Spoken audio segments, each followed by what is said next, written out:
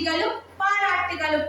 நினைப்பதை எண்ணங்களாக்கி, எண்ணங்களை உணர்வுகளாக்கி, உணர்வுகளை வரிகளாக்கி, வரிகளை வலுவாக்கி, எத்திசையும் ஒலிக்கும் மொழியை பற்றி பேச வருகிறார் 9ஆம் வகுப்பு மாணவி ஸ்ரீவர்ஷினி.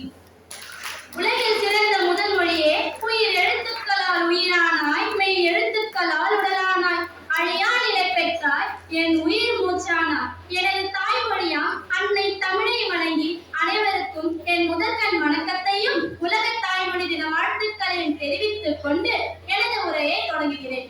தாய்மொழி என்றாலே தனி பெரும் சிறப்பு.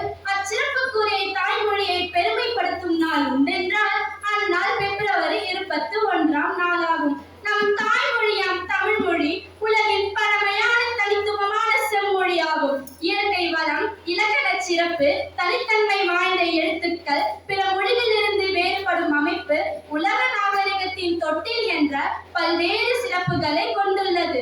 தொன்மைக்கும் புதுமைக்கும் பாலமாக என்றும் இளமையுடன் திகழ்கிறது. உலகில் செம்மொழியாக ஒரு மொழியை தேர்வு செய்ய அதன் இலக்கிய படைப்புகள் பல மிகுந்ததாகவும் அதன் தோன்றல் ஏனைய மொழிகளை சாராதிருத்தலும் வேண்டும். உலகின் பழமையான மொழிகள் என்று கூறப்படும் அரபிக், பர்ஷிய ஆகிய மொழிகளுக்கு கூட செம்மொழி என்ற அந்தஸ்து வழங்கப்படவில்லை. இந்தியாவில் அதிகாரப்பூர்வமாக செம்மொழி என அறிவிக்கப்பட்ட மொழி நம் தமிழ் மொழி என்பதே நமக்கு பெருமையே. ஆனால் இந்நிலையை அடையப்பட்ட பாடுகளோ பல. கிபி 1856 தமிழ் உயர்தனி செம்மொழி என அறிஞர் கால்டுவெல் பிரகடனம் செய்தார். 1918 தமிழை செம்மொழியாக அறிவிக்க கோரி மறைமலை அடிகள் தலைமையில் தீர்மானம் இயற்றப்பட்டது.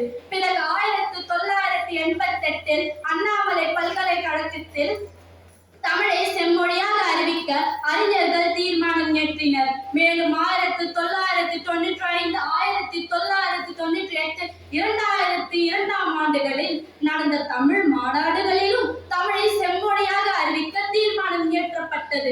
தமிழ் அறிஞர்களின் தொடர் முயற்சியால் தமிழ் மொழியை செம்மொழியாக அறிவிக்கப்பட்டது. கால வெள்ளத்தில் கலைந்து போன மொழிகளுக்கிடையே நீந்தி தன்னை நிலைநிறுத்திக் கொண்டுள்ளது தமிழ் மொழி. அகத்தியம், தொல்காப்பியம், 14 கீழ்கணக்கு, 10 பாட்டு, 8 தொகை, மூதுரை, கொன்றையமைந்த 9 பெரும் காப்பியம் போன்றவை இன்றும் தமிழின் பெருமையை பறைசாற்றுகின்றன.